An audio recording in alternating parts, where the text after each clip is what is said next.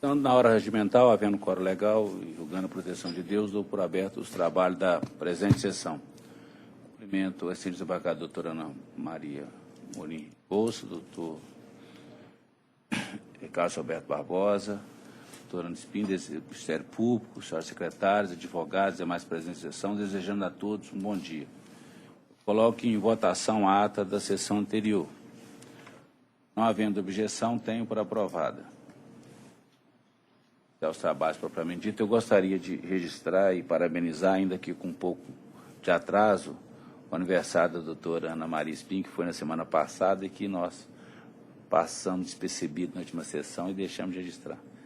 E desejar a Vossa Excelência muitas felicidades, muita alegria, e dizer da nossa alegria de Vossa Excelência estar participando aqui nessa turma conosco. Dessa forma, Excelência, nossos cumprimentos, em nome do Ministério Muito Público. obrigada. Senhor presidente, também aqui com um pouquinho de atraso, desejamos a Vossa Excelência, meu nome pessoal, advogados e advogadas presentes, da MAT OAB, muitas felicidades. E que a vida de Vossa Excelência tenha sempre um telhado coberto pelas bênçãos de Deus. Amém. Muito obrigada, doutor. Eu indago aos presentes se existe mais algum registro. Então, não havendo mais registro, vamos passar para o julgamento dos processos incluídos em pauta. Eu solicito à senhora secretária que faça pregão dos processos, observando-se a ordem regimental e dando preferência aos processos em sustentação oral e, em seguida, observando os advogados escritos e presentes, observada a audição e demais dispositivos do regimento interno. E parece que nós temos aqui um advogado fora de Belo Horizonte que, pelo regimento interno, tem preferência. Portanto, a senhora secretária dê preferência ao referido processo. Processo de número 4 da pauta. Processo proveniente da terceira vara do trabalho de Governador Valadares. Recorrente, Lúcio Nazaré. E recorrido, CEMIG Distribuição S.A. Relatora, excelentíssimo desembargador César da Silva Peçanha. Revisora, excelentíssima desembargadora Ana Maria Morim Rebouças. Terceiro votante, excelentíssima juíza Ana Maria Espica Valcante. Para sustentação, doutor Paulo de Carvalho pelo recorrente. Eu acuso esse bimemorial da parte recorrente na data de ontem. Como o voto é um voto extenso, doutor Longa, eu vou adiantar a conclusão e, em seguida, ele daria a palavra a Vossa Excelência, se entender necessário, poderá fazer uso. A minha proposta de voto, eu conheço do recurso ordinário interposto pelo reclamante, rejeito as preliminares de nulidade da sentença e, no mérito, dou-lhe parcial provimento para a acrescer a condenação, o pagamento das diferenças salariais recorrentes da progressão horizontal de 2007, 2009 e 2011, parcelas vencidas e vicendas, a serem calculadas pelo acréscimo do percentual a ser apurado em liquidação de sentença, sem prejuízo dos reajustes salariais concedidos por força de acordo coletivo de trabalho, com reflexo adicional de periculosidade, anuênio, férias mais um terço, 10º salário, hora extra de sobreaviso pagas, gratificação especial, PLR paga, com base no salário do reclamante e não no valor fixo estabelecido em norma coletiva, e FGTS ser depositado na conta vinculada ao reclamante, até a efetiva incorporação dos mencionados reajustes ao salário do reclamante. B. Anular a dispensa efetuada. C. Condenar a reclamada a reintegrar o reclamante no emprego, observando as mesmas condições anteriores relacionadas ao cargo ocupado. D. Condenar a reclamada a pagar ao reclamante os salários vencidos e vencidos, observando os reajustes concedidos após a dispensa, bem como as parcelas de terceiro salário, férias com texto, devidos à dada dispensa até a data da efetiva integração, conforme se apurar a liquidação. Obrigado. Deverá a reclamada proceder aos depósitos do fundo de garantia incidentes sobre salários devidos no período de afastamento, na conta vinculada ao reclamante, autorizada a dedução dos valores pagos ao reclamante aí dentro do título, desde que seja relativo aos mesmos períodos a que foi condenada constante TST, bem como dos valores correspondentes do aviso prévio, indenizado em multa de 40% sobre o FGTS, observados os parâmetros traçados na fundamentação. A reclamada deverá proceder ao cancelamento do registro de base no CTPS no prazo de 5 dias do recebimento de intimação específica, sob pena de fazer a Secretaria da Vara com comunicação à GRTE, Gerência Geral de Trabalho e Emprego. A reintegração à hora determinada deverá ser efetivada pela reclamada após o trânsito julgado desta decisão e no prazo máximo de 5 dias a contar do recebimento de intimação específica para tal, sob pena de ceder de multa diária no importe de R$500, na hipótese não cumprida a reintegração por resistência da ré no prazo estabelecido e que será calculada até o fiel cumprimento da audicial. Em face do acolhimento do pedido de diferenças salariais decorrente das progressões horizontais não concedidas, ficam investidos os sucumbências quanto ao pagamento dos honorários periciais fixados na origem em R$ 1.500, que passa sem encargo da reclamada sucumbente no objeto do levantamento técnico. Para fins previdenciários, declara a natureza das parcelas condenatórias deferida, à exceção das seguintes parcelas que possuem natureza indenizatórias: férias indenizadas mais um terço, FGTS e PLR. Acresce a condenação valor de R$ 40 mil, com custas igualmente acrescido de R$ 800 a cargo da reclamada, que com a publicação desse acordo fica intimado ao seu pagamento nos termos da súmula número 25 do TST. É a minha proposta de voto. Vossa Excelência, desejando, tem a palavra. Senhor Presidente, bom dia. Na pessoa tinha cumprimento os demais desembargadores presentes e componentes da mesa.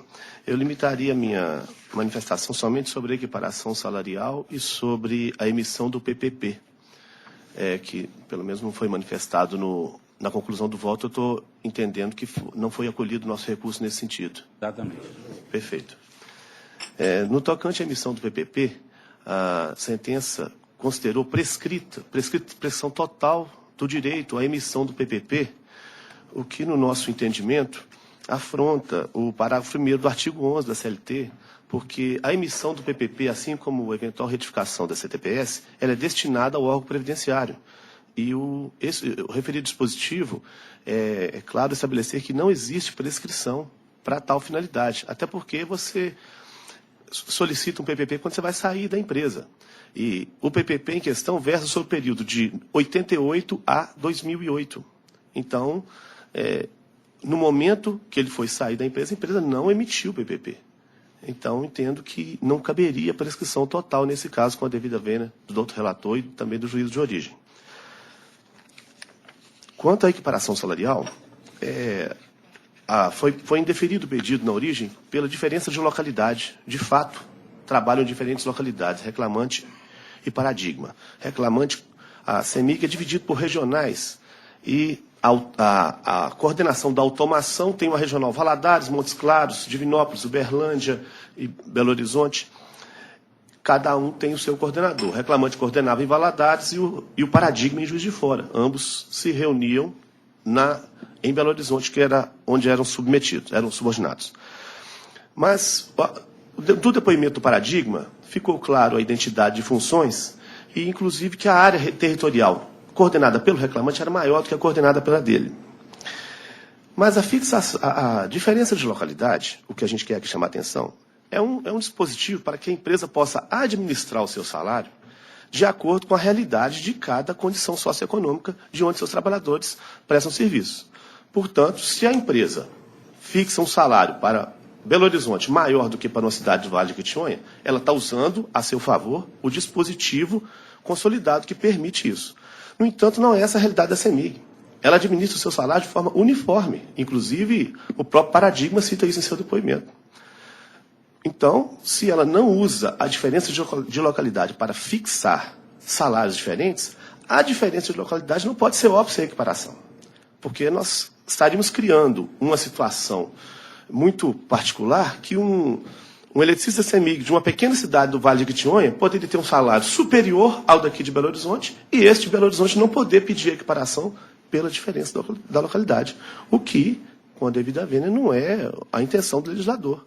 A empresa, repito, poderia fazer uso dessa prerrogativa, com base na diferença de localidade, fixar salários diferentes, mas não que a diferença de localidade possa ser um mecanismo para cobertar salários administrados ao bel prazer de cada chefia local. Como é o caso da progressão salarial que o reclamante não recebeu, o paradigma pode ter recebido ou pode ter recebido outras promoções que foram possibilitadas no seu setor. Mas a CEMIG, repito, administra seu salário de uma forma uniforme. Portanto, insistimos que a diferença de localidade não deve ser óbvia, é a equiparação. Obrigado. A questão do PPP, a primeira questão é a seguinte: eu estou entendendo também como o reclamante que a matéria não está sujeita à prescrição, artigo 11, parágrafo 1º da CLT. E aí, nesse aspecto, eu entendo que a parte tem razão. Eu estou, inclusive, citando o jurisprudente do TST, que nesse aspecto eu reconheço e dou provimento, estou afastando o entendimento de origem. E aí eu já estou apreciando o mérito. afastei a prescrição e já estou. Só que, embora eu tenha passado a prescrição, eu estou entendendo que ainda assim não tem como deferir o pedido. Por que não tem como deferir? Na defesa, a reclamada negou que o reclamante tenha solicitado a emissão de novo PPP e afirmou que o laborista, o período não contemplado no PPP fornecido, não estava exposto a qualquer risco. Porque o reclamante está querendo a questão do PPP que coloca lá a periculosidade. Aí, o que acontece? Diante disso, competia ao reclamante fazer prova das suas alegações. Como bem observado pelo juiz de origem, não houve prova de que a reclamada tenha se recusado a fornecer o PPP, sendo que o próprio reclamante juntou com a petição inicial o PPP emitido pela empregadora poucos dias após a dispensa, folha 63/65 verso, no qual consta o período em que o laborista esteve submetido a condições de periculosidade. O reclamante, apesar de ter dispensado a produção de prova pericial, porque ele declarou na última audiência que teve, ele foi expresso que não tinha mais prova a produzir, por isso que eu estou, inclusive, rejeitando o CC de defesa, porque na última audiência, ele, embora tinha insistido na perícia, ele falou que não tinha mais prova a produzir, correu preclusão. E aí o que acontece? Primeiro que a empresa forneceu o PPP. O novo PPP que ele queria, para constar essa questão da periculosidade, dependeria da perícia. Ele abriu mão da perícia, expressamente, ele falou que não tinha mais prova a produzir, o juiz indeferiu. Então, nesse caso aqui, como ele não fez a prova que ele tinha que fazer. Por isso que eu estou, embora afastando a prescrição, estou indeferindo o pleito. A questão da equiparação salarial, o advogado salientou bem, o Luiz Procurador da parte. Um trabalhava em Valadares, o outro em Juiz de Fora. E aí, o que ele está pretendendo é a equiparação em face do funcionamento da empresa reclamada. Ocorre que o artigo 461 da CLT é expresso, só pode ter equiparação na mesma localidade. Aí não é nós que estamos criando, é a lei que determinou que tem que ser na mesma localidade. O exemplo que ele citou de um eletricista de uma cidade do interior que ganha X, o outro de outra cidade ganha Y, realmente é uma questão que realmente assusta em princípio. Mas a questão é que a lei só determina o pagamento na mesma localidade. O TST ampliou um pouquinho mais esse conceito na súmula 6, no item 10, ampliando o conceito de mesma localidade para a mesma região metropolitana. Quer dizer, ainda houve um elastecimento para entender que a mesma localidade, em princípio, é o mesmo município ou a municípios distintos que comprovadamente pertencem à região metropolitana. Mas que Juiz de Fora e Valadares, data máxima vênia, não tem como ser a mesma região metropolitana. Quer dizer, a lei fala só mesma localidade. Então, em princípio, pela interpretação literal, não há como. Se nós avançarmos um pouquinho mais na interpretação do TST, para entender região metropolitana, ainda assim não dá para abarcar Juiz de Fora e Valadares, embora, né, todos gostamos muito de nossas Minas Gerais, como um estado só, mas a mesma localidade ainda está separada ao município, e não estado. Então, data máxima vênia, até entendo razoáveis e defensáveis a questão colocada pelo procurador, pela parte, mas acontece que nós estamos limitados à lei. A lei determinou que é a mesma localidade. Se há injustiça na lei, aí precisa reformar a lei, nesse aspecto. Por isso que, respeitosamente, eu vou, nesses dois aspectos, também vou manter minha proposta de voto. É como voto. Doutora Ana Maria? Eu estou plenamente de acordo. Doutora Ana Espinho? Também estou de acordo. Então, o resultado se proclama por unanimidade no segundo voto do relator. Agradeço e congratulo a turma pela decisão referente à reintegração do reclamante. Parabéns. Muito, muito importante isso para a vida dele. Ok. Obrigado. Bom trabalho, doutor. Bom retorno. Próximo da pauta. Hein? Com os advogados que estão presentes. Processo de número 29 da pauta. Processo proveniente da 13ª Vara do Trabalho de Belo Horizonte. Está no lugar do doutor Paulo de Tarso, não? Então, perfeitamente. Então, vai no 29. Recorrente Juliana Teixeira Sá Portugal e Claro S.A. E recorridos mesmos. Relatora, excelentíssima juíza Ana Maria Espí Cavalcante. Revisor, excelentíssimo juiz Carlos Roberto Barbosa. E terceiro votante, excelentíssimo desembargador César da Silva Peçanha. Para sustentação, doutora Daniela, pela segunda recorrente, pela Claro. A Luz Procuradora tem a palavra pelo tempo regimental.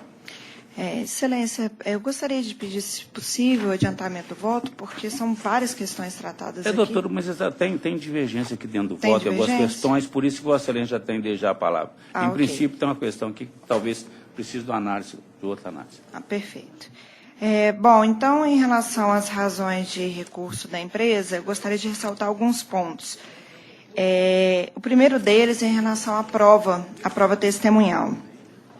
Embora contraditada a testemunha trazida pela recorrida, o senhor Rodrigo Lopes Silva, o juiz de primeira instância, embora firmes protestos da empresa, houve por bem indeferir essa contradita. Porém, data máxima vênia, o que se está aqui chamando a atenção é que, embora a empresa não negue o conhecimento do teor da súmula 357, ela entende que a sua interpretação não pode ser feita de uma forma indistinta para todos os casos. Porque, especificamente nesse caso, o senhor Rodrigo, ele não possui qualquer isenção de ânimo para depor. Ele ajuizou uma ação contra a Claro, pleiteando os mesmos pedidos, inclusive danos morais, pelos mesmos fundamentos. Então, em razão disso, a empresa entende que ele possui mágoas, ressentimentos, e por isso o seu depoimento ele não pode, ela entende que ele não tem imparcialidade para trazer, para elucidar os fatos aqui trazidos. Eu gostaria, nesse ponto, nas razões de recurso, a gente traz duas jurisprudências, mas eu acho muito importante ler uma delas, porque foi publicada em setembro desse ano e trata exatamente sobre essa questão. Prova oral, testemunha que propõe ação contra pedido de indenização por danos morais, fundada em mesma causa de pedir contra o mesmo empregador. A ausência de isenção de ânimo contradita deferida. À luz da súmula 357 do Coleno TST, não há, de imediato, suspeição em relação à testemunha que possui reclamatória trabalhista em face do mesmo empregador.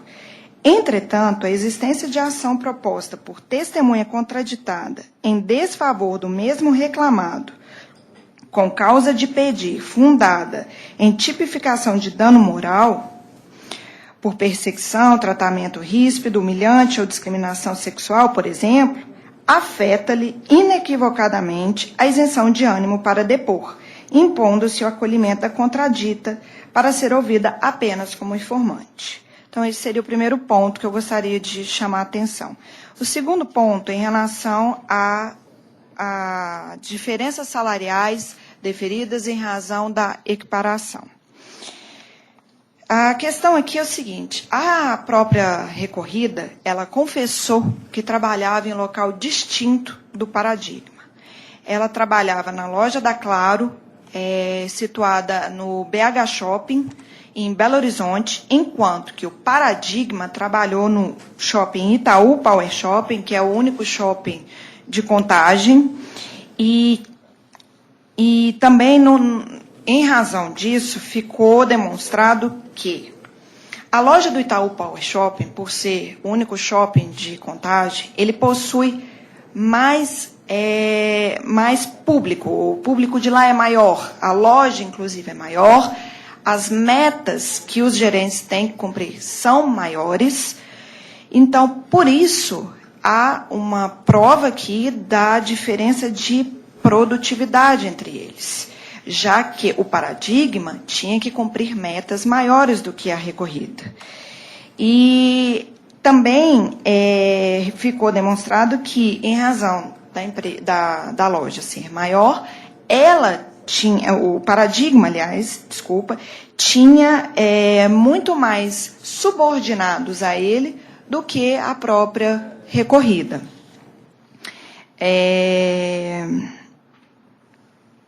Então, esse seria o segundo ponto que eu trato aqui.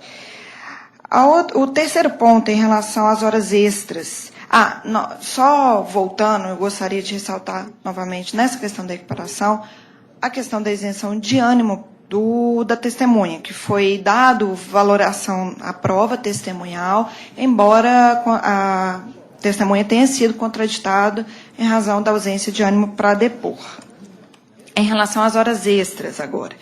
A data máxima vênia, a empresa entende que essa condenação foi absurda. Por quê? Porque foi dada a condenação às horas extras, embora tenha restado comprovado que ela era cargo de confiança e, portanto, estaria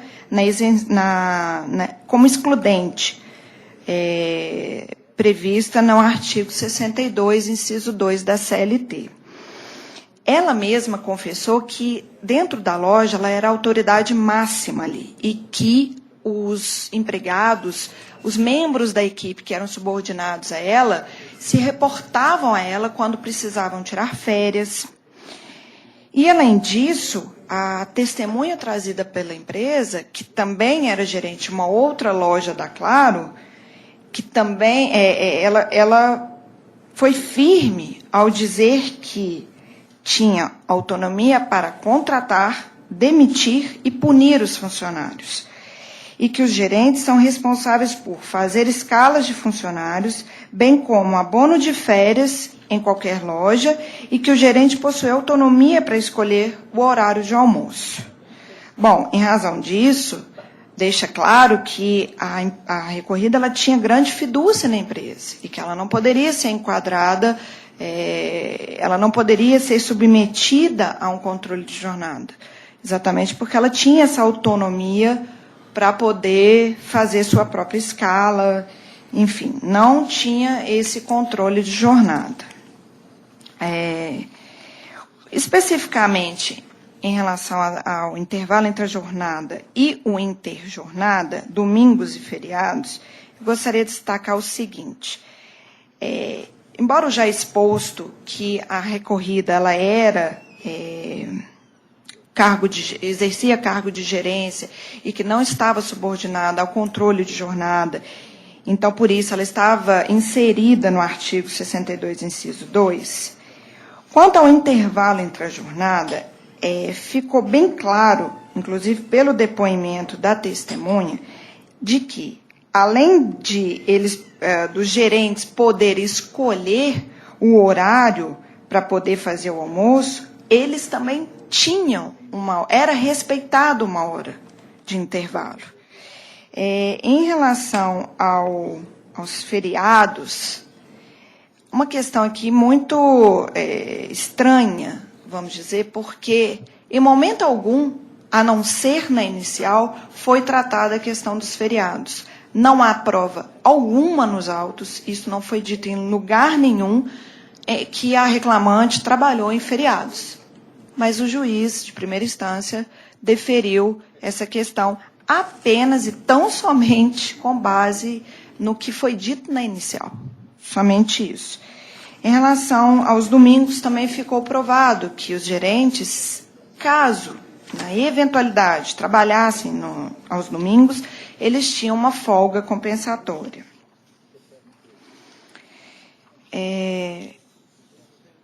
Outro tópico é em relação ao auxílio alimentação, que foi deferido em razão das horas extras. Embora ela seja cargo de confiança, há uma questão aqui que não foi bem tratada, que é em relação à norma coletiva. Porque essa norma coletiva que a reclamante estava submetida, ela é bem clara ao dizer o seguinte, que esse auxílio ele é pago como um reembolso para as despesas de lanche. Ou seja, além de o empregado estar em horas extras, ele tem que provar que fez a aquisição de um lanche nesse período. E é exatamente isso que a empresa entende que não, por isso que a empresa entende que não pode ser mantida a sentença nesse ponto, porque não foi analisada corretamente, em razão da norma que foi trazida. Ela diz expressamente em razão do reembolso. E, finalmente, eu gostaria de tratar da questão das despesas com o veículo particular, porque foi dada a opção para a empregada de escolher o vale-transporte. E ela optou por não fazer jus a esse direito do vale-transporte. e os gerentes eles não precisavam fazer nenhuma atividade externa, então não precisavam usar o veículo para fazer a atividade. Então, por isso, eu espero que seja dado, a empresa espera que seja dado provimento integral ao recurso dela e sejam julgados improcedentes os pedidos iniciais e seja negado provimento ao RO da recorrida, perdão. É o que se espera. Relatora, com a palavra. Bom dia, doutora. Bom dia. Com relação aos pontos que a senhora abordou, começando pela contradita da testemunha, o meu entendimento foi de manter o indeferimento da contradita, por entender que a semelhança dos pedidos em face do mesmo empregador é natural, visto que, em geral, o tratamento dado aos empregados é o mesmo. No caso do pedido de danos morais, não constata o juízo de valor por parte da testemunha obreira, que desmereça o depoimento prestado. A testemunha relatou apenas que, aspas, nas reuniões as lojas com mau desempenho tinham o nome do gerente com uma carinha de triste ao lado, o que era exposto a todos os participantes da reunião, que tais resultados também ficavam expostos nas lojas para acesso dos funcionários. Então, eu constei também que seria dado o devido valor ao depoimento em cada tópico da decisão, mas foi mantido o indeferimento da contradita. Com relação à equiparação salarial, ao contrário do que foi alegado pela senhora da tribuna, que teria sido baseado apenas na prova testemunhal produzida por uma testemunha que tinha sido contraditada, existem elementos objetivos que permitem manter essa decisão de primeiro grau. Porque ficou evidenciado que, embora a autora elaborasse em Belo Horizonte e o paradigma em Contagem, ou seja, essa questão da localidade, pelo fato de ser mesma região metropolitana, não impede a equiparação, a prova evidenciou que o trabalho de ambos eram os mesmos, as atribuições eram as mesmas. E, ainda que a testemunha ouvida a rogo da ré tenha afirmado que a loja Itaúpaia Shopping, na qual o paradigma laborava, tivesse maiores metas, não ficou comprovado que isso interferisse nas funções desempenhadas pelos gerentes, até mesmo porque a tese empresarial é de que a meta é da loja e não pessoal do gerente. Outro fato que eu considerei relevante para abordar é que o paradigma posteriormente passou a elaborar na mesma loja da reclamante do BH Shopping, e certamente com o mesmo salário que ele recebia em Contagem, o que corrobora a tese autoral quanto à identidade de funções. Então, a proposta de voto é nesse sentido, de manter a equiparação salarial deferida. Com relação às horas extras, foi mantida a decisão também. Eu entendi que não ficou provado que os gerentes possuíam efetivos poderes decisórios, além da prova produzida pela parte autora. A própria testemunha ouvida a rogo da ré, embora tenha afirmado que havia autonomia para contratar e demitir empregados, na verdade indicou que as questões dependiam da decisão do coordenador a quem estavam subordinados. Também infere-se de suas declarações que os gerentes estavam submetidos a controle de jornada. Aí eu destaco algumas partes do depoimento dessa testemunha ouvida a rogo da ré, que ela fala em autorização do RH, que fala que questões relacionadas a empregados, de contratação, demissão, punição, elas têm que ser repassadas ao coordenador. As dispensas dependiam da aprovação do coordenador. O coordenador visita a loja 1 a 2 vezes por semana. Ela menciona sobre carga horária, que seria de 44 horas semanais. E menciona também a existência de reuniões diárias realizadas de 8h30 às 9 horas. Fala que as lojas são monitoradas por câmeras e que os coordenadores e gerente regional têm acesso a essas imagens e que ela não possui procuração para representar a empresa. Então, com base nisso, eu entendi que tinha que ser mantida a condenação a horas extras. Entendi que a sentença se mostrou correta quanto fixou a jornada que fixou para condenar as horas extras. Com relação a domingos e feriados, não houve prova no sentido de que eram concedidas folgas compensatórias. Com relação aos intervalos intra e interjornada, ficou provado que em algumas ocasiões eles não eram observados, então isso não foi deferido, né, de forma contínua, mas em algumas vezes por semana apenas. Então a decisão foi mantida no particular. Com relação ao auxílio alimentação em horas extras, realmente a norma coletiva prevê que é feito o reembolso das despesas. Só que, no caso específico dos autos, como ficou evidenciado que a reclamante estava submetida ao labor em sobrejornada e a empregadora deixava de efetivar o controle de jornada e também não exigia nenhuma comprovação de despesas, eu entendo que, ao não realizar esse controle, a ré procedeu de forma ilícita, não podendo se beneficiar da referida conduta, para deixar de pagar os direitos que seriam assegurados à reclamante, caso a empregadora observasse a legislação trabalhista. Assim eu entendi que é devido, sim, o pagamento do auxílio em questão, ainda que não comprovadas as despesas. E com relação a despesas com veículo particular, também, ao contrário do que foi alegado na tribuna, o próprio preposto afastou a tese da defesa de que os gerentes não realizavam atividades externas. E aí eu destaco essa informação que o preposto informou. Os gerentes fazem ação externa, transportando funcionários para a venda de produtos nas ruas. Então, com isso, pelo uso do veículo particular, que obviamente beneficiou a empresa, até na rapidez e no transporte desses empregados, eu entendo que esse ônus não pode ser transferido para o empregado, e entendi que a fixação de R$ 500 por mês também estava razoável e neguei provimento ao recurso. Então, como o voto é muito longo, eu vou me limitar a me manifestar sobre os pontos abordados da tribuna. Então, a conclusão ficou da seguinte forma.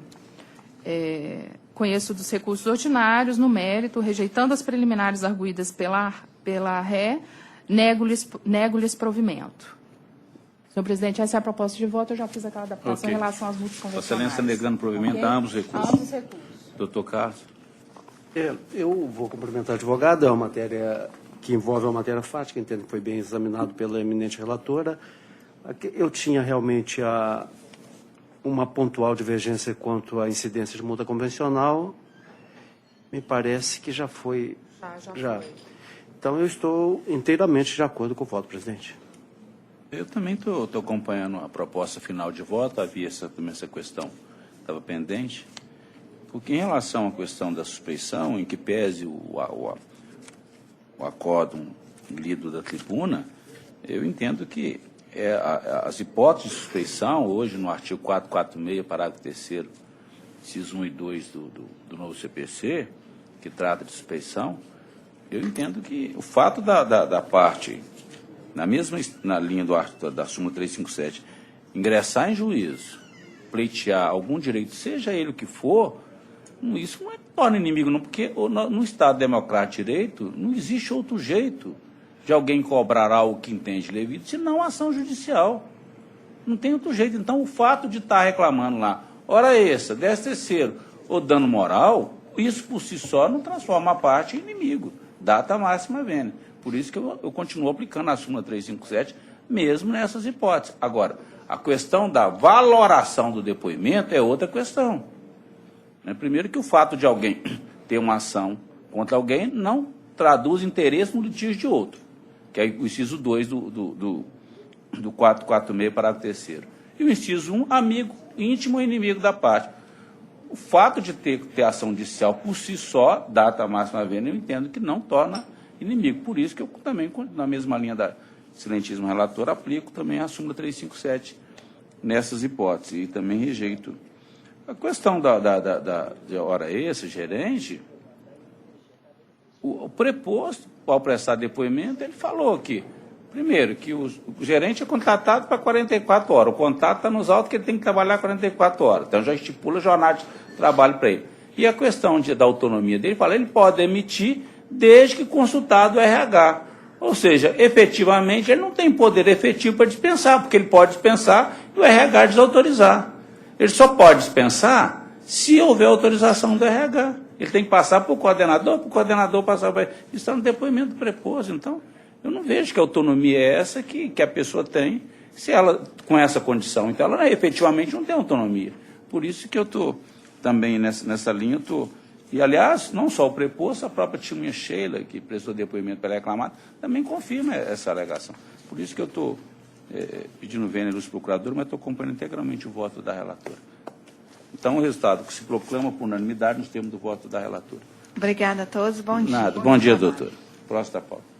Processo de número 9 da pauta.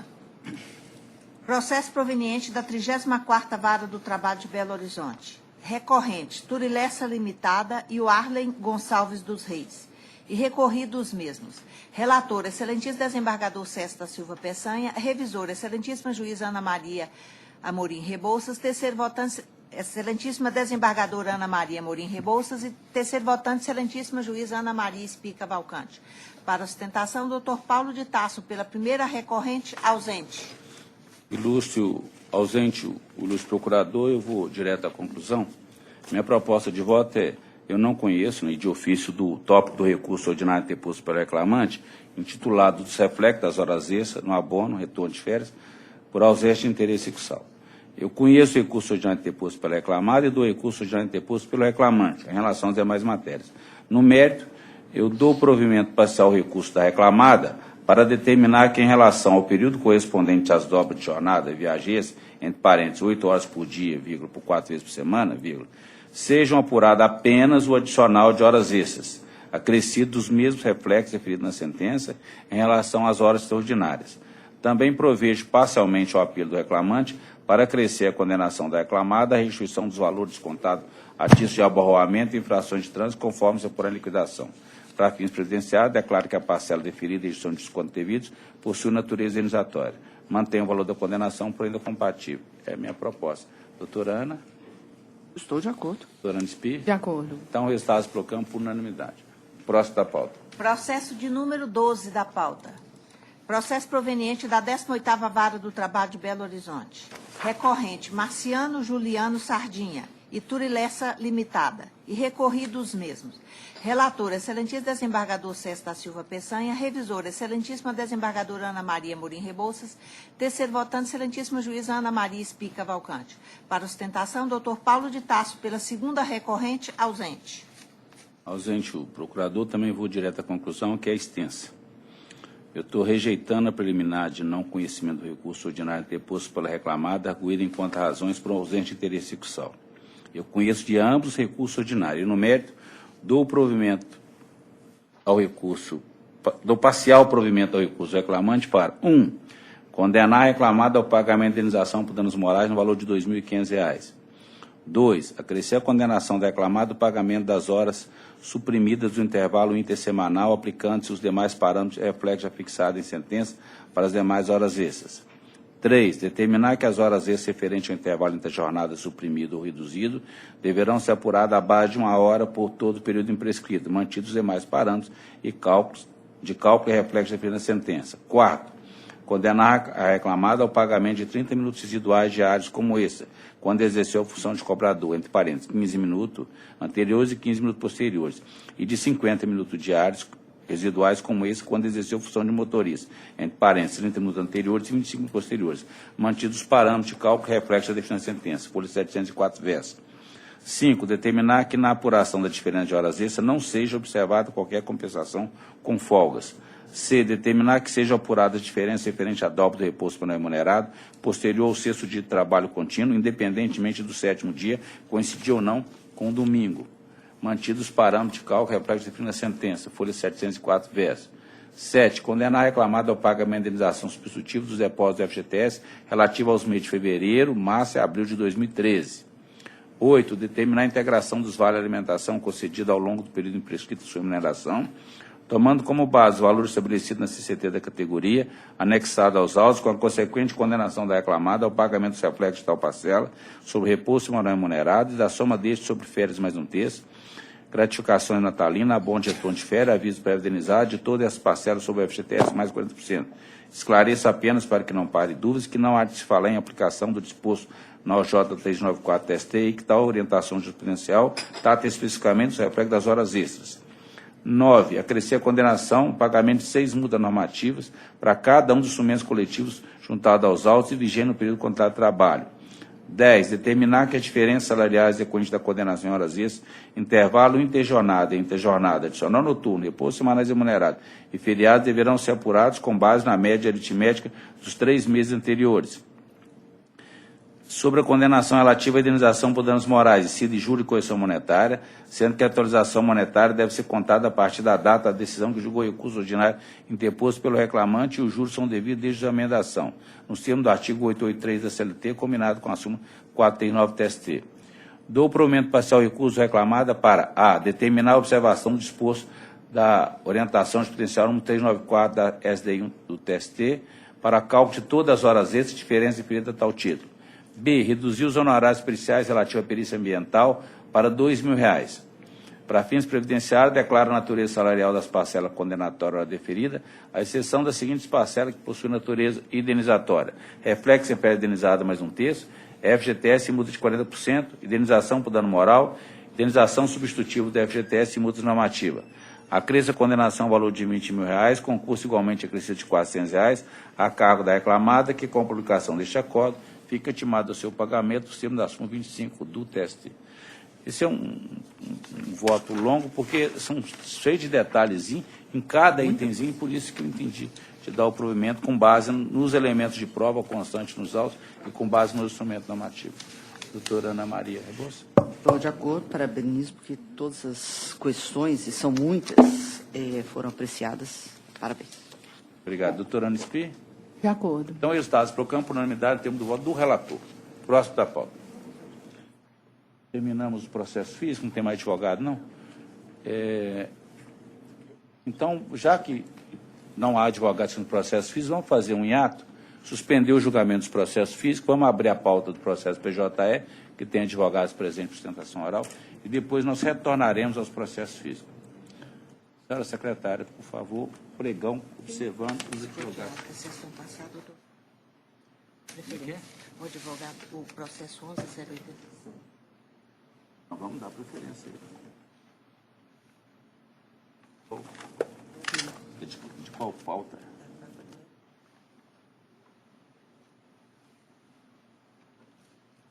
Tem um processo que foi adiado da sessão passada, a doutora Ana Amorim Rebouças. é relatora, e aí iremos dar preferência. Pode, com o advogado está presente. Processo de número 11.085/70 de 2015. Processo proveniente da Vara do Trabalho de Nova Lima. Recorrentes: Rosália de Fátima Ramos e Resgate Treinamentos Limitada. Recorridos mesmos e Vale S.A. Relatora e presidente, excelentíssima desembargadora Ana Maria Amorim Rebouças. Segundo votante, excelentíssima juíza Ana Maria Espí Cavalcante. E terceiro votante, excelentíssimo juiz Carlos Roberto Barbosa. O julgamento foi iniciado na sessão do dia 30/11, adiado a pedido de vista, e o advogado já sustentou. Como eu não participo, eu transfiro a presidência à doutora Ana Maria Rebouças. É o 11.085/70, doutora. Isso. É o 85 da pauta dessa semana. 79 da pauta da semana anterior. Nós estávamos com algumas questões nesse voto, em especial com relação à jornada de trabalho. É um processo longo. Nós tivemos algumas arguições por parte da reclamada com relação à confissão do reclamante.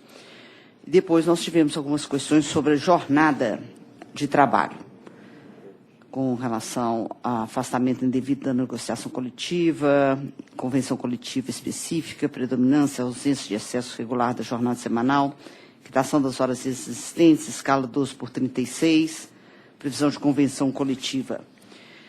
Eu analisei as arguições, mas eu entendo que nada a reparar na sentença de primeiro grau. Com relação à matéria horas extras em curso de capacitação, eu entendo que a sentença de primeiro grau também apreciou bem todas as questões postas pelas partes. A primeira demandada alega ainda que a obreira, no curso do contrato de trabalho, elaborou em escalas de revezamento. Por isso, com relação aos feriados, em virtude da jornada as jornadas já estaria compensada. Eu entendo que não é o caso, eu rejeito. Com relação às horas itineres, é uma situação delicada, todas essas matérias que vêm dessa empresa e para os trabalhadores que laboram neste local, porque uma parte é servida por transporte público, outra não é, e essa situação mudou no tempo.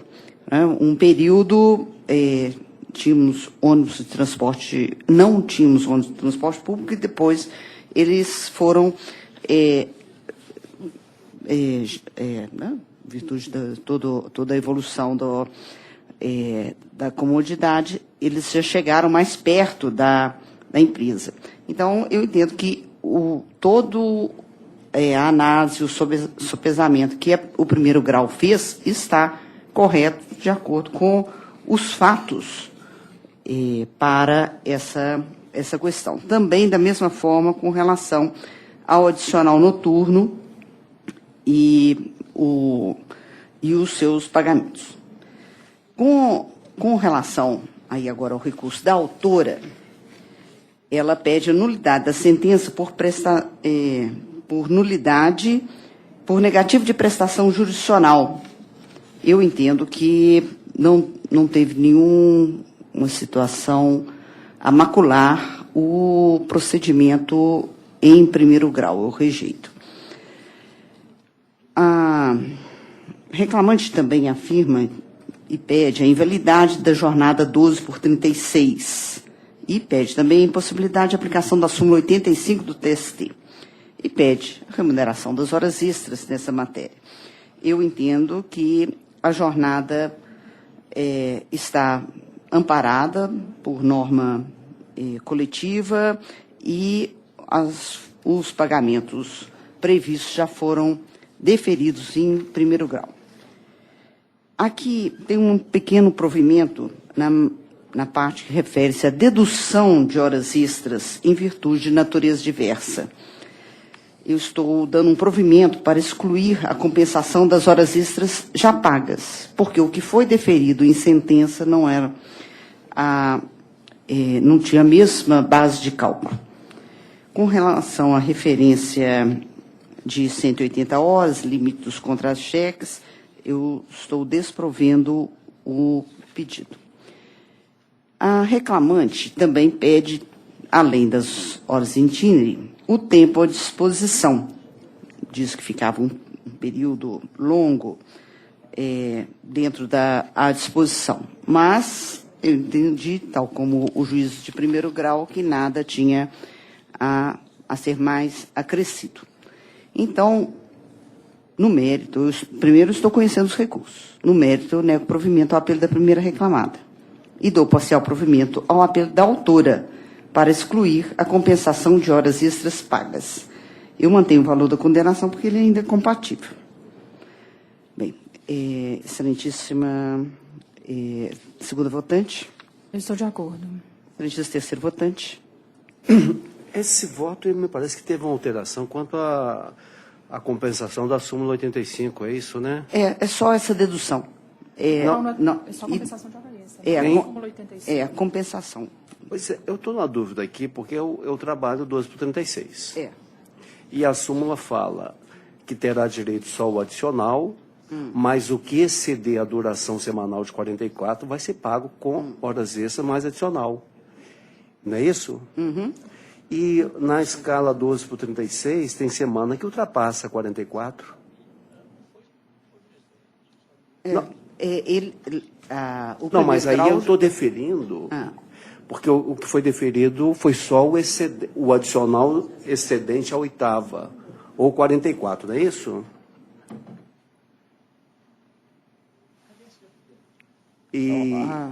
O julgador de primeiro grau deferiu o pagamento do adicional de horas extras com reflexo em repouso, saldo de salário, fez um terço, fundo de garantia 40%. Porque isso estaria respaldado na convenção coletiva. Por isso que ela deferiu só o adicional. Porque na outra semana ela trabalha 40%. Não, aqui ele a discussão que traz a autora, porque não tem instrumento coletivo autorizando. Pela ordem, posso... Não é de fato? Pois não. Sobre a questão da sentença, Vossa Excelência se referiu à sentença. A sentença deferiu o adicional de hora extra com base na súmula 85 e não em instrumento coletivo, exatamente pela inexistência de instrumento coletivo. Essa é a principal matéria que a reclamante recorreu, pelo deferimento apenas do adicional. A hora mais um adicional. Mas eu realmente não acolheria o pedido para deferir 4 horas extras, e como é a pretensão da parte autora. O que eu deferiria é horas extras mais adicional pelo QCD a 44. Porque nessa escala tem semana que ultrapassa 44. E na outra, sim, porque por isso é tanto que o divisor, nesse caso, é 210, porque tem semana, sim, que ultrapassa e outras não. Então, sobre o QCD a 44, eu deferiria horas extras mais adicional. Só assim, em termos de explicação, doutor Carlos, é porque não era propriamente essa discussão do recurso. Ela salienta que se houve o reconhecimento da ilegalidade da jornada praticada por ofensa à Constituição, entendimento consolidado do TST. Tem isso que a jornada da reclamante passa a ser aquela normal de 8 horas. O que ela quer é que toda a jornada seja de 8 horas, com esse pagamento, e não essas 4 horas além da jornada de 44. Então, são pretensões distintas. A doutora Ana vai acompanhar a relatora? Eu estou acompanhando, porque nesse caso... Então, eu vou pedir, Vênia, eu vou ficar vencido, porque eu deferiria horas extras mais adicional sobre o excedente a 44ª.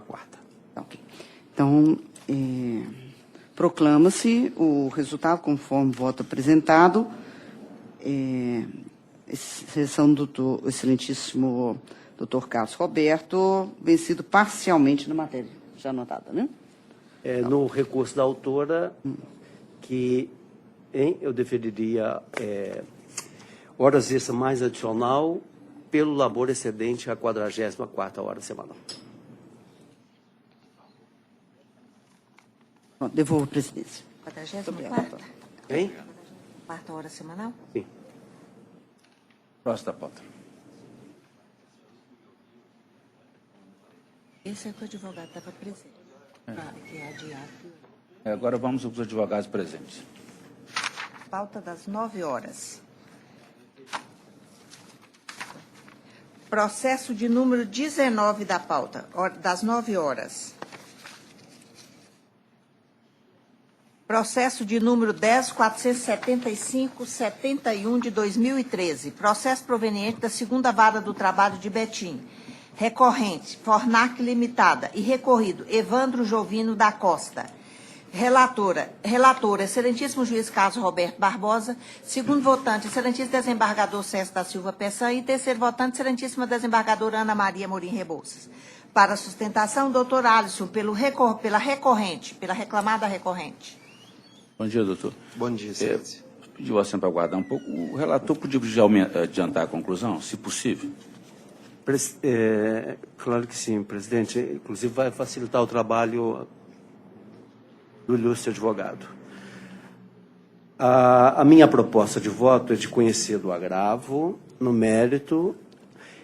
Eu dou-lhe provimento para determinar a retificação dos cálculos periciais, a fim de que, na apuração dos minutos residuais, observados os termos da súmula 366 TST e artigo 58, parágrafo 1º da CLT, sejam computados como extras as variações de ponto concernente aos horários de entrada e saída, jornada contratual notada nos cartões de ponto, e, separadamente, sejam apuradas apenas as 7ª e 8ª horas, também deferidas, quando verificado o revezamento de turnos, com os limites apostos na decisão recorrida. Custas pela executada, ao final, no valor de 44,26. Doutor, é a proposta de voto. Vossa Excelência pode manifestar? Excelência, eu apenas agradeço e cumprimento anteriormente, é claro, a vocês, desejando um bom dia de trabalho e pedindo que seja seguido a proposta de voto apresentada pelo ilustre desembargador relator. eu sou revisor, estou de acordo. Doutora Ana? Estou de acordo. Então, Estados por campo, unanimidade. Muito obrigado. Nada, dia. bom dia, doutor. Processo de número 56 da pauta. Processo de número 11.338.76 de 2015. Processo proveniente da 44ª Vara do Trabalho de Belo Horizonte. Recorrentes, Edições SM Limitada e Itamar Araújo Rodrigues. E recorrido os mesmos. Relator, excelentíssimo juiz Carlos Roberto Barbosa. Revisor, excelentíssimo desembargador César da Silva Peçanha. E terceiro votante, excelentíssima juíza Ana Maria Amorim Rebouças. Para sustentação, doutor Fernando, pelo reclamante recorrente. Fernando, bom dia. O relator poderia adiantar a conclusão, se possível? Presidente, minha proposta de voto é de conhecer dos recursos e, no mérito, do parcial provimento ao apelo do reclamante para reconhecer que as parcelas quitadas ao autor sob a rubrica de PLR referem-se a comissões e deferir, no período imprescrito, os reflexos dessa parcela em repouso, com este majorado no cálculo de férias mais 1/3, 10º salário e FGTS mais 40%, nos termos dos fundamentos. Ao recurso da reclamada, nego-lhe provimento. Fins previdenciários, declara a natureza salarial dos reflexos das comissões em repouso, aviso prévio, 10º salário e férias usufruídas mais 1/3. Majora o valor da condenação para 80 mil e das custas para 1.600, encargo da reclamada que fica intimado seu pagamento nos termos da súmula 25.3 do TST.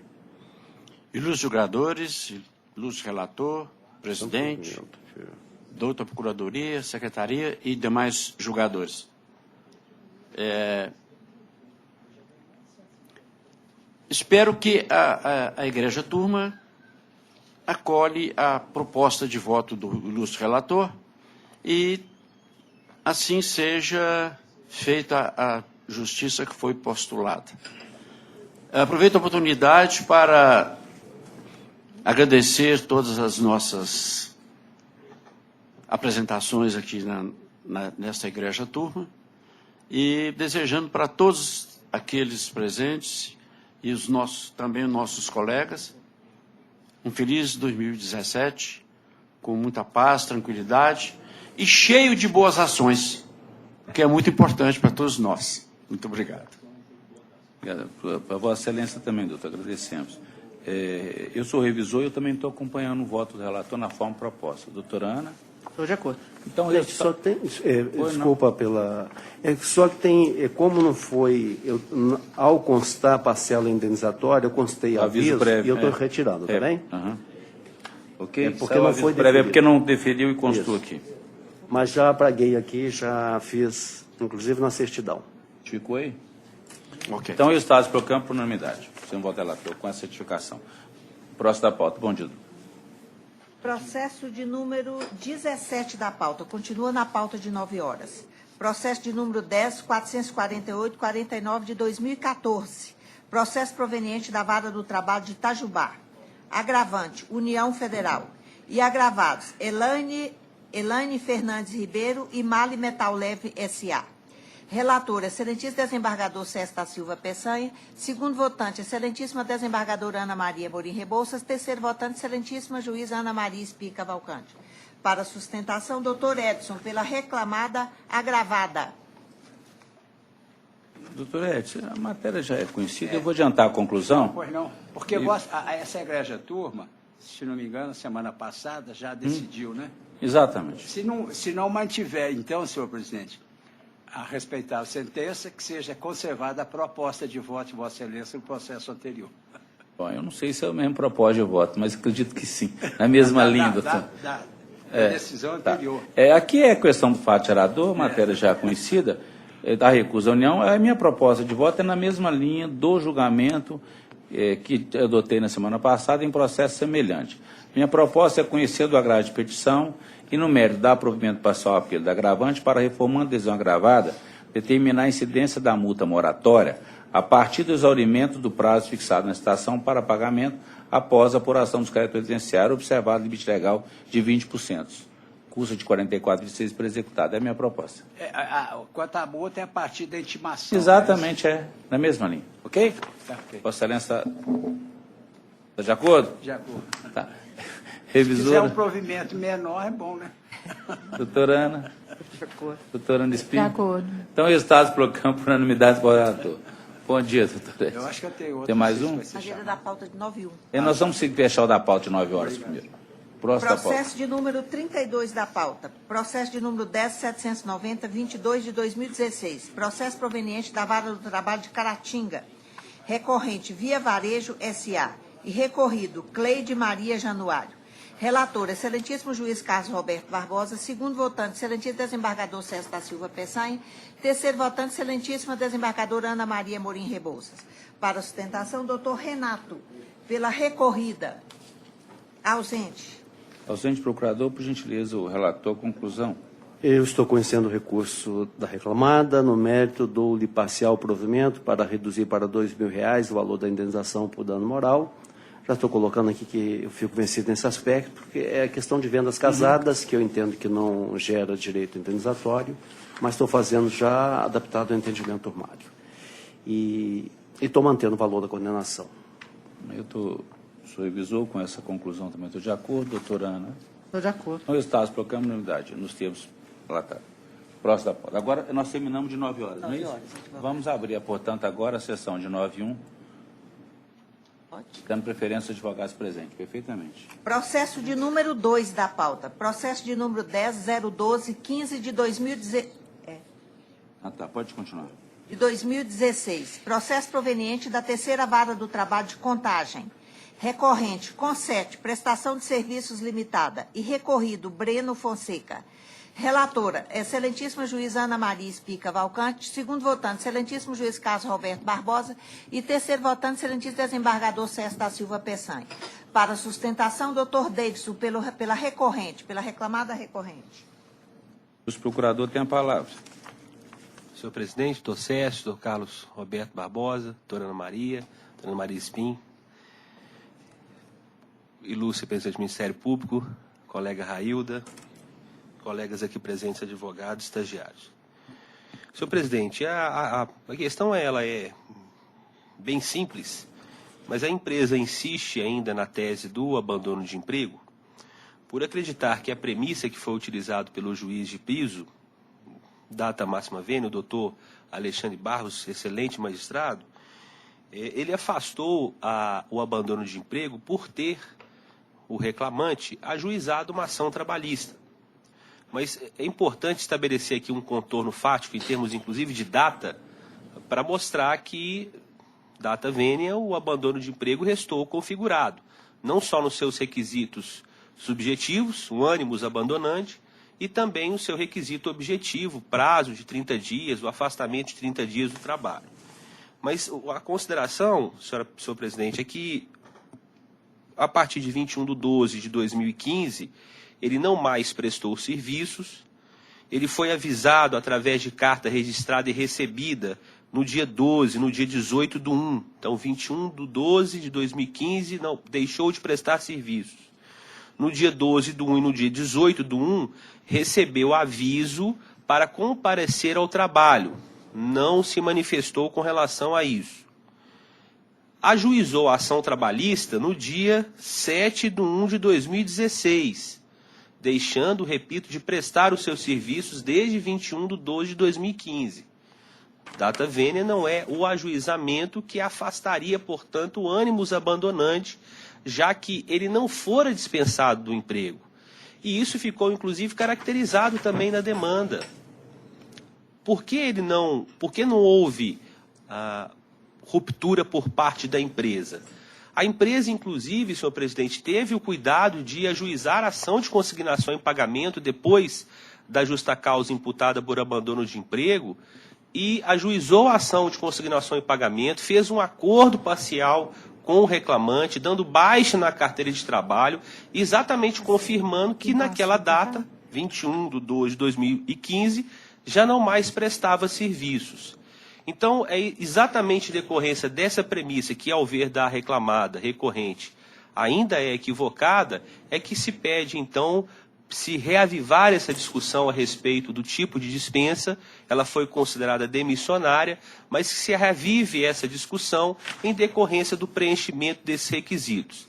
Ademais, como último ponto, foi também deferida a multa do artigo 477. Ora, a própria empresa, no curso dessa demanda da ação de consignação em pagamento, então, na data, no tempo hábil, consignou aquilo que entendia correto em razão do abandono de emprego e, em decorrência disso, não poderia ser punida a despeito da imposição da multa do artigo 477 da CLT. Então, com essas singelas considerações, pedindo pelo provimento do apelo da empresa. Relatora. Bom dia, doutor. Bom dia, Dana. Bom, veio aos autos uma ata de audiência na ação de consignação em pagamento proposta, em que constou a seguinte observação. O reclamante recebe neste ato guias da ECT sob ressalvas, de forma específica com relação ao motivo da dispensa. O reclamante levará até o dia 26/2 sua CTPS na sede da empresa para que seja procedida a baixa, acordo parcial homologado e tal. Conforme se observa, não foi discutida na referida demanda a forma de rescisão do contrato e parcelas rescisórias devidas, porque parece que tinha uma alegação de litispendência que eu estou rejeitando. É incontrovérsia que o autor não mais compareceu ao trabalho a partir do dia 21/12/2015, divergindo as partes quanto ao motivo da rescisão. O autor alega que houve dispensa sem concessão de aviso prévio e a reclamada defende o abandono de emprego, certo? A reclamada apresentou comunicados supostamente enviados ao autor, datados de 12 de janeiro de 2016 e 18 de janeiro de 2016, os quais afirmam que o obreiro faltava desde o dia 23/12 e o convocam a retornar ao labor sob pena de configurar abandono de emprego. Ocorre que referidos comunicados foram enviados a um endereço que diverge daquele constante da exordial, como sendo de residência do autor, e até mesmo daquele que consta da ficha de registro preenchida pelo empregado, não sendo possível verificar da prova dos autos se de fato o aviso foi entregue ao autor. Esses avisos foram assinados pela mesma pessoa, uma senhora de nome Rosângela Alves ou Rosângela Acosta, sem indicação da relação da pessoa que o recebeu e o autor. Nesse próprio comunicado, a impressão dos Correios indica que não houve opção pela entrega em mão própria. Além disso, a demandada também juntou aos autos um aviso de suspensão assinado por testemunhas, mas não pelo autor, no qual ela comunica a suspensão por um dia, que seria do dia 22/12/2015, devido à falta ao trabalho no dia 21/12/2015. Entretanto, o mesmo documento, confusamente, determina o retorno ao trabalho apenas no dia 16/2/2016, o que ocasiona dúvidas se de fato foi aplicada a penalidade ao autor, se este teve conhecimento, qual a duração. A prova oral não foi suficiente para elucidar a questão. A testemunha regimentada pelo autor afirmou que apenas ouviu dizer que ele havia sido mandado embora. A primeira testemunha arrolada pela ré não soube informar o motivo da saída do reclamante, pois estava de férias. E a segunda testemunha ouvida a arrogo da demandada não convenceu, visto que afirmou sobre abandono de emprego sem ter sido perguntada a respeito. Assim, não se desincumbindo a ré de comprovar o elemento subjetivo, que se caracteriza pelo ânimo do empregado de não mais retornar ao emprego, não há como reconhecer a justa causa pretendida e, no caso, eu entendo que tem que prevalecer a sentença que entendeu que o autor foi demissionário. E entendo que são devidos saldo de salário, relativo a dezembro, férias proporcionais, multa do 477, face à ausência do pagamento das verbas rescisórias. E estou dando provimento apenas para excluir da condenação o 13º proporcional a 2015, 9/12, porque se trata de uma parcela que foi realmente paga ao autor. Então, partindo para a conclusão, eu conheço o recurso ordinário no mérito do provimento parcial ao apelo para excluir da condenação o pagamento de 9/12 de 13º salário de 2015. Quanto às demais matérias, confirma a sentença nos termos do artigo 895, parágrafo 1º, inciso 4 da CLT. Essa é a proposta, senhor presidente. Doutor Carlos. Cumprimentar o advogado pela clareza. Aqui, realmente, o que existe não há uma prova muito evidente quanto ao requisito objetivo. Né? Porque tem, primeiro, esse requisito objetivo para a gente ultrapassar e, realmente, envios de correspondência que não tenham eficazmente para se definir, olha, que ele recebeu um comunicado para retornar ao trabalho. Essa prova, ela realmente é muito eficaz.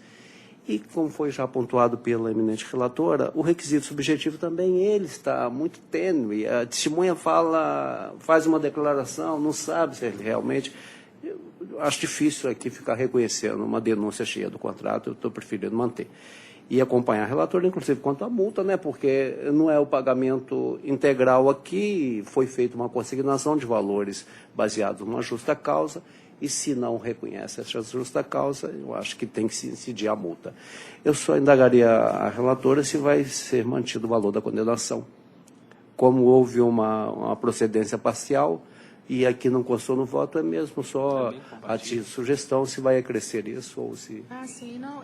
Pode acrescer, mantido o valor da condenação por ainda compatível? Eu estou de pleno acordo. Uhum. O senhor votante, eu estava olhando o processo.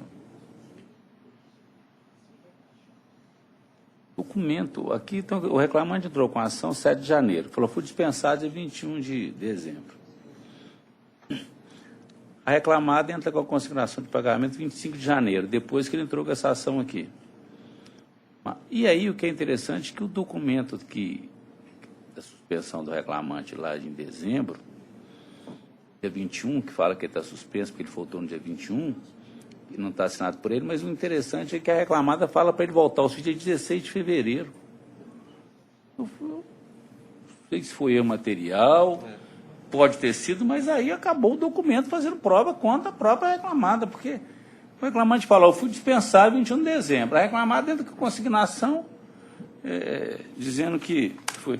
Mas o documento que foi assinado pela Natália, ele está lá, vai dispensado, estava assim, portanto, retornar ao posto de trabalho, Rua Paropeba, dia 16 de fevereiro. Realmente, a prova documental aqui, do jeito que está, ela realmente não favoreceu a reclamada, não. E a questão ficou na prova documental da questão do abandono de emprego. Portanto, eu vou estiver no procurador e eu estou acompanhando também integralmente o voto da relatora. Então, o resultado explocamos por unanimidade no termo do voto da relatora. Muito obrigado, um excelente trabalho a todos. O senhor também, doutor. Bom dia. Próximo da pauta. Processo de número 31 da pauta. Processo de número 10.670, 70 de 2016. Processo proveniente da Vara do Trabalho de Santa Rita do Sapucaí. Recorrente, Mega Cabos Indústria e Comércio de Cabos Especiais Limitada. E recorrido, Edgar de Souza. Relatora e presidente, excelentíssima desembargadora Ana Maria Morim Rebouças.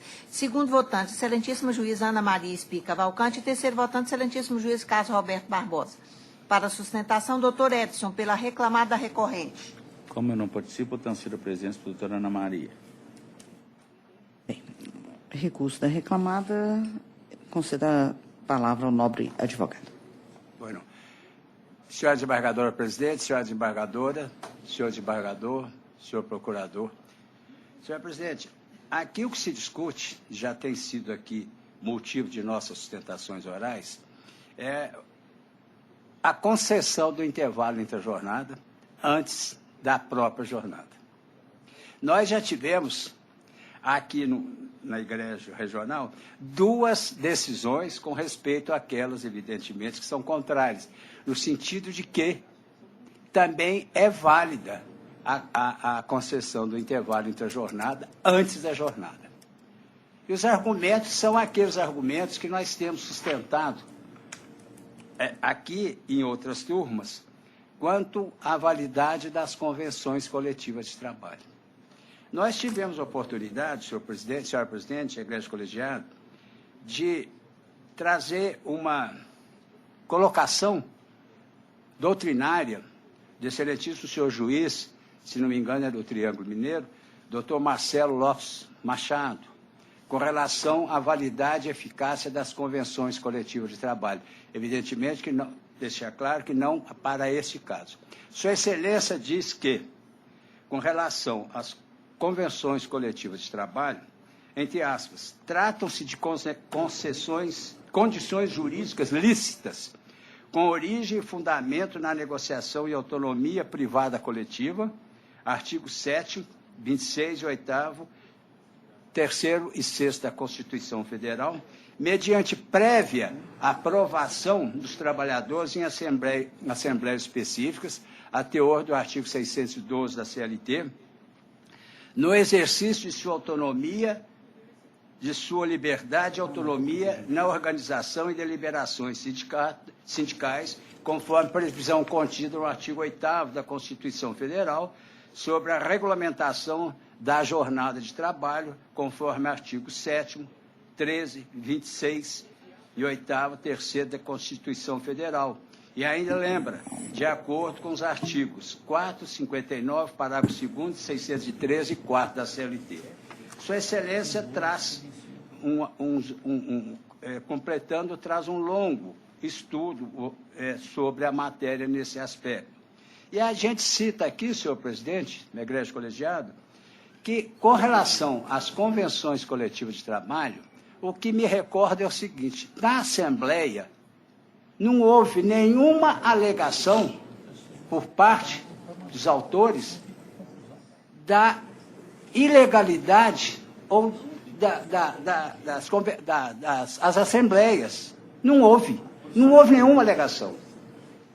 Então, há uma aceitação plena dos empregados da empresa com o aval do sindicato da categoria representativa.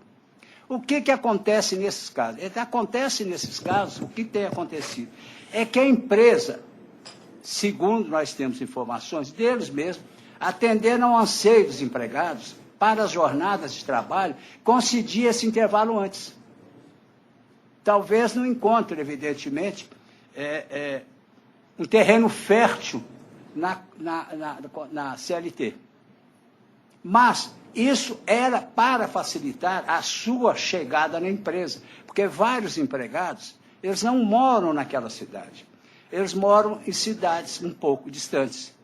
Então, tem que tomar ônibus, tomar isso, tomar assado. E, normalmente, para não acordar 5 horas da manhã, 6 horas da manhã, eles chegam na empresa 7 ou 10 horas da noite, conforme o turno, para atender o horário de trabalho da empresa. No fim, última ratio, é isso que tem acontecido na empresa. Não, aqui a gente sustenta ainda, senhora presidente, Egresso Colegiado, que não se tratam, aqui no caso, daqueles direitos revestidos da ausência de negociação. Eles podem ser negociados. Se negociam cláusulas muito maiores, mais estafantes, jornada de 12 por 36, em casos outros, até redução de salário.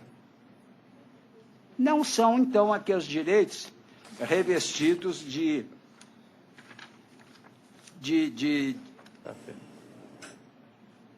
quê? De que não se podem ser negociados.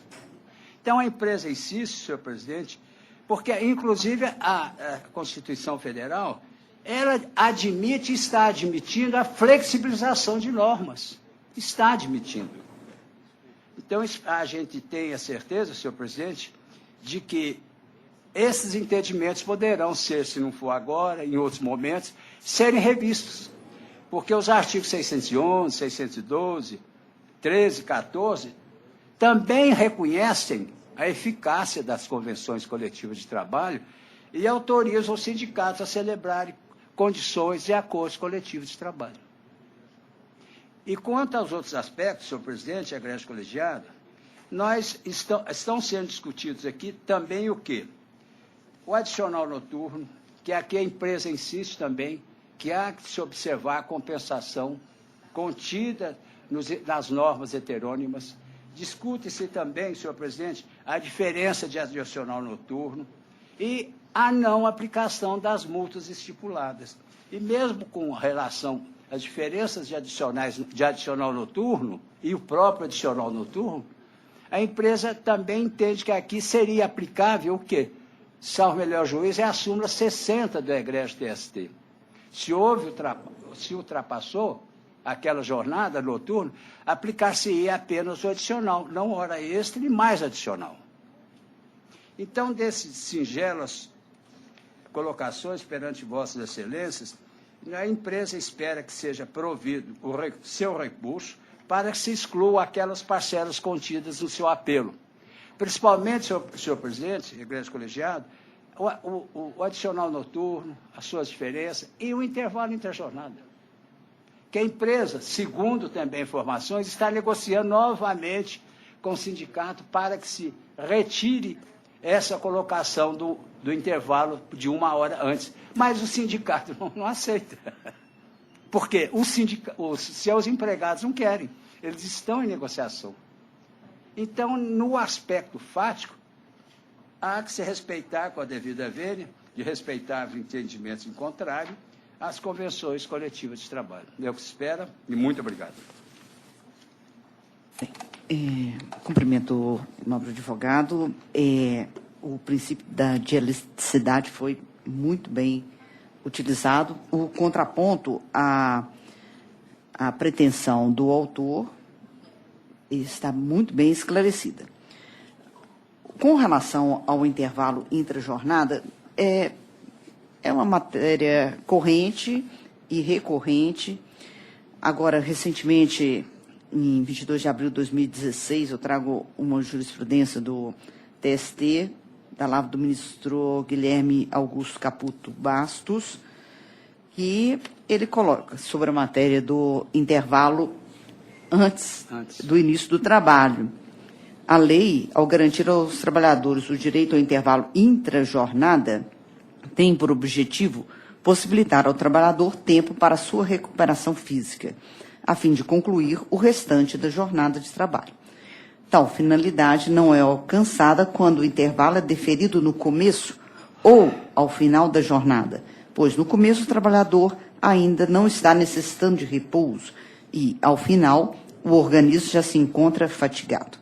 Portanto, o entendimento dessa colenda corte é no sentido de que o deferimento do intervalo intrajornada, no começo ou no final da jornada, corresponde à sua não concessão, fazendo o empregado jus ao pagamento como hora extraordinária nos termos da súmula 437. É matéria recorrente, realmente louvo o esforço do advogado, da reclamada. Nós estamos, é uma fase de repensar a jurisprudência, mas eu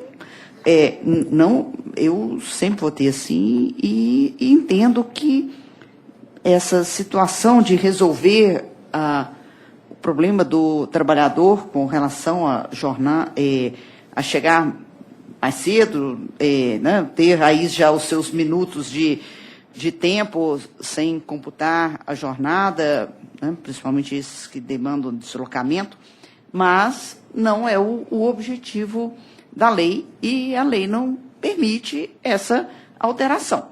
Então, o motivo pelo qual eu nego provimento ao recurso. Com relação às horas extras, ele realmente trabalhava, ele iniciava sua jornada bem antes das 22 horas e encerrava bem depois das 5 horas. As horas extras aí são do cartão, não tem como sair. E, nesse aspecto, nessa linha, o adicional noturno pela prorrogação aí está expresso no item 2 da súmula 60. Isso não tem discussão. Toda a jornada foi cumprida integralmente no período noturno. E, aí, consequentemente, a prorrogação vem pelo adicional noturno. Eu, com a devida vênia da sustentação muito bem feita, digo-se passagem, eu conheço o recurso ordinário, mas no mérito nego-lhe provimento. Doutora Ana. Estou de acordo. Doutor Carlos. Sem embargo da sustentação, vou acompanhar a eminente relatora. Então, proclama-se conforme voto apresentado. Muito obrigado, bom dia. Bom dia. Um bom feriado a Vossa Excelência, ao doutor Procurador, e senhora Secretária, e vice-presidente e presidente. Obrigado. Eu também. Obrigada.